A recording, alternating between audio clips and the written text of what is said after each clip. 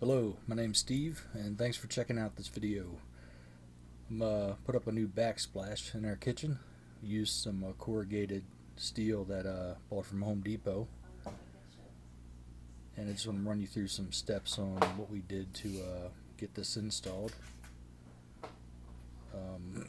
Here we got a piece of metal that I've already cut, but just for the video,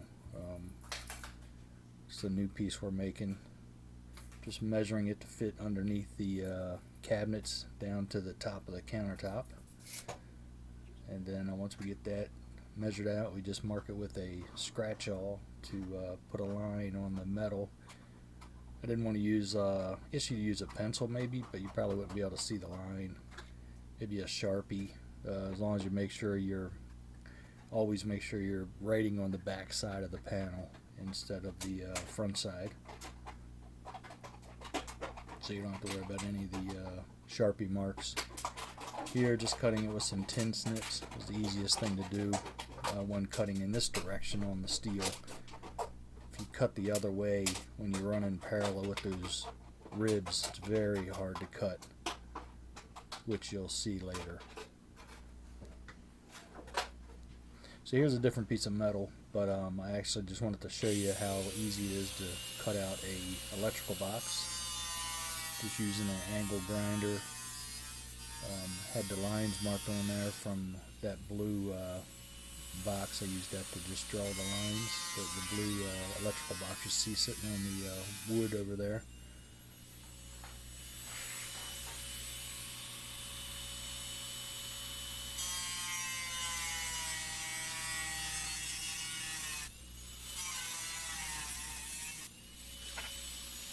I felt comfortable not using any gloves or anything for this, so it wasn't a lot of cutting, so I just ended up doing it this way.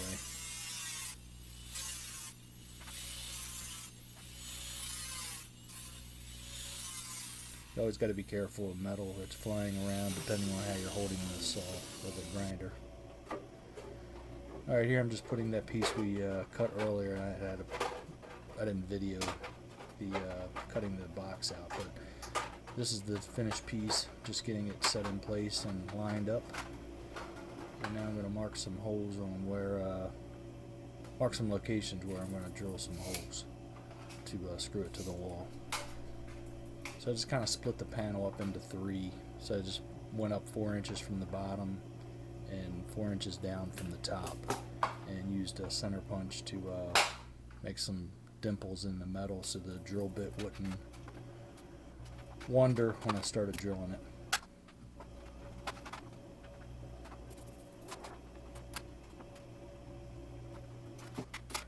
Hole location is up to you on how you want it to look. It kind of looks like a lot of screws on what I used, but I liked it better this way in case we decide to hang something on the metal. It's not going to be not attached to the wall where it won't be wobbly or anything like that.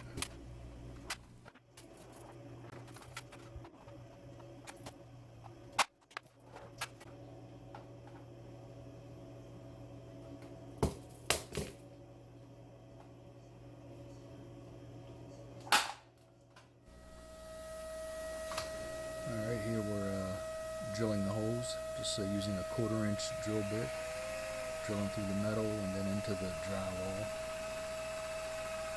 Use the vacuum to suck up the drywall dust and metal flakes, so we didn't have as much cleanup at the end.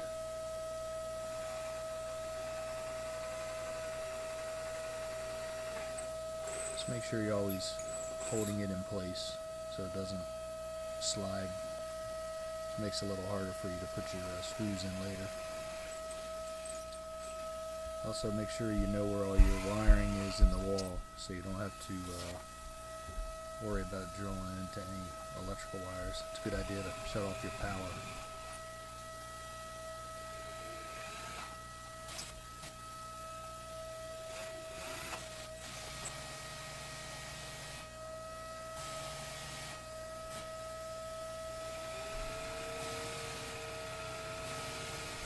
Okay, last hole there.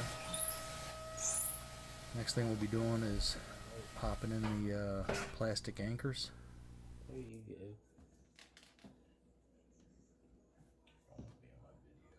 Fine if you don't want to be in my video. Well, I was holding this. You can hammer them in. Hammer, it's just so far away. I'll block it by hammering it in. Just standard wall anchors you can buy at any hardware store, Harbor Freight, Home Depot, Lowe's.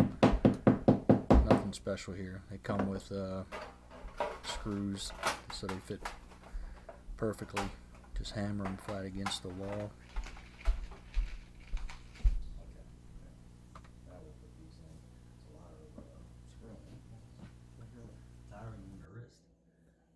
On the arms as well, because you're holding out your arms and you're like pushing and you're doing stuff.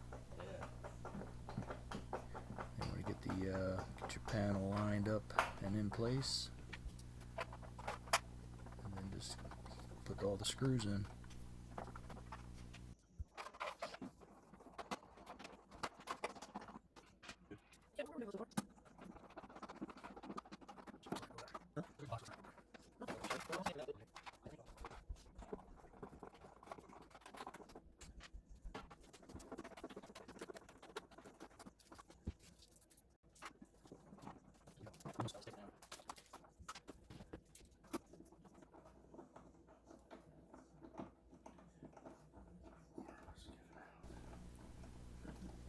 Okay, made fast work of that.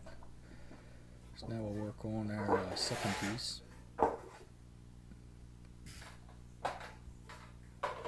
Same steps as before.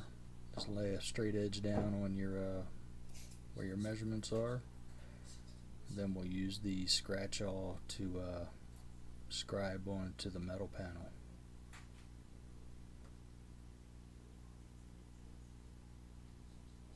Helps to have someone help you do this because depending on what you use for a straight edge, it's kind of slippery on that metal, so it likes to move around. So if you can hold both ends, that's really good while you put that line in place.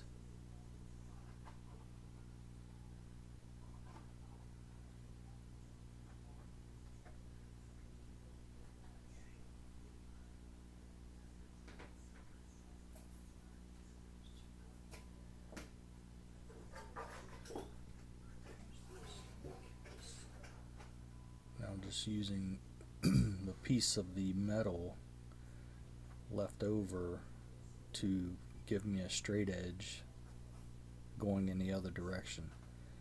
It's easier to hold that there than try to hold a straight edge or a roller because of the valleys in the metal.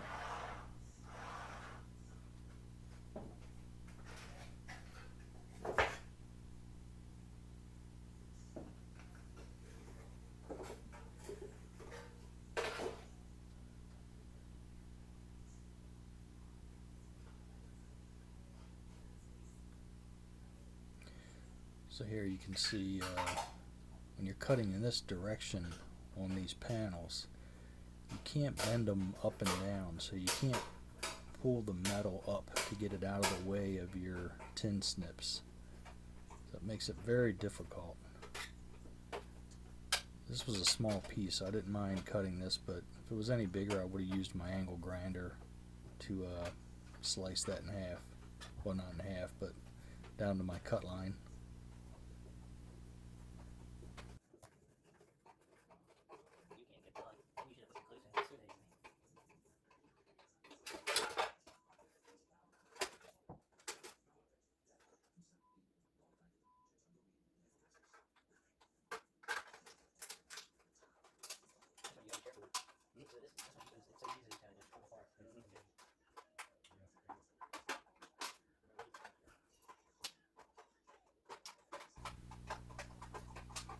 Okay, you see how that metal just bends up out of the way?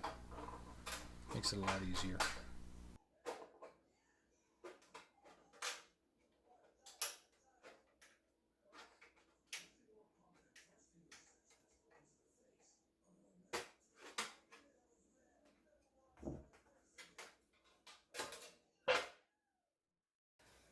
It's gonna be easy. You just pull it away and you just You got it away a little bit.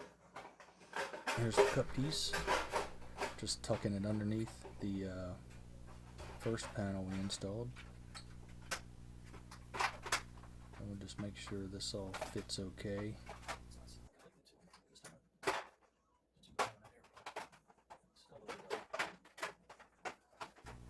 We'll follow the same steps to get this panel mounted, and that'll follow for the rest of the wall. I didn't show every piece being installed, but they all went in the same way. Everything got cut the same way, drilled the same way, screwed the same way. So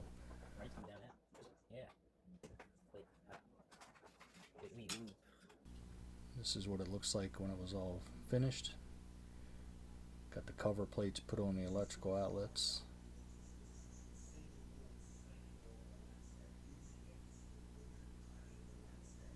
We're pretty happy with how it turned out. So hopefully you get something from this video that you can use to install your own corrugated metal backsplash.